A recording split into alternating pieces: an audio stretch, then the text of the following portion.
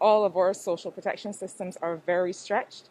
The Ministry of People Empowerment and Elder Affairs are implementing some of our new measures, like making sure that every household has a minimum income of at least $600, and you see that they've started rolling out those cards and so on.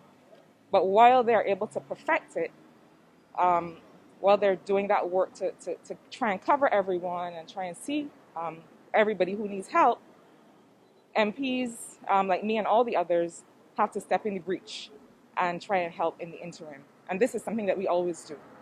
Whether it is food support, whether it's other kinds of support, whether it's helping to point people in the right direction to see which are the government programs that they need.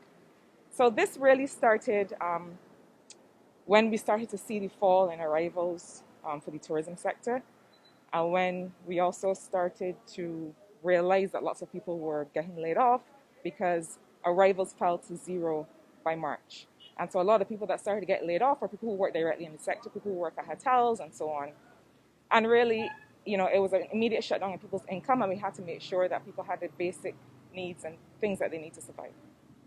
I would say that so far, we've probably been able to help just under 200 people, but this is not for us a numbers game. This is not about reaching numbers, this is about reaching need.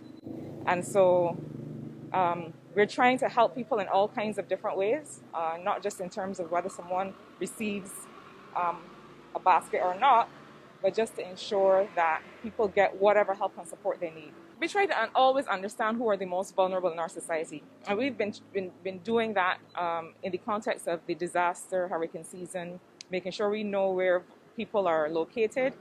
So we started prioritizing the elderly who live alone, people who are what Bajans would call shut-ins, so people who are restricted to their beds, can't move around, need to have caregivers and so on.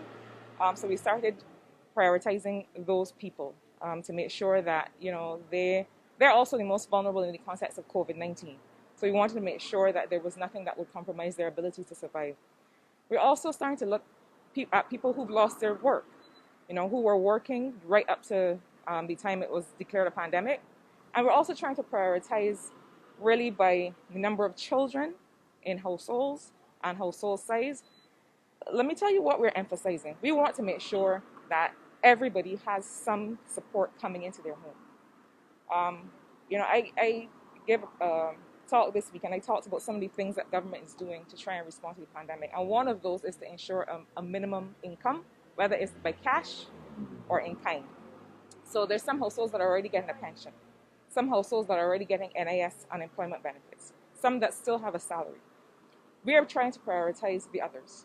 We're trying to make sure that there's no household that doesn't have basic food and supplies.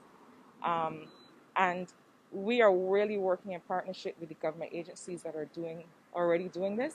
Obviously, while they get their system, while they're able to cover as many people as they can, then obviously we want to make sure that we respond to our constituents and make sure that nobody is going without at this time.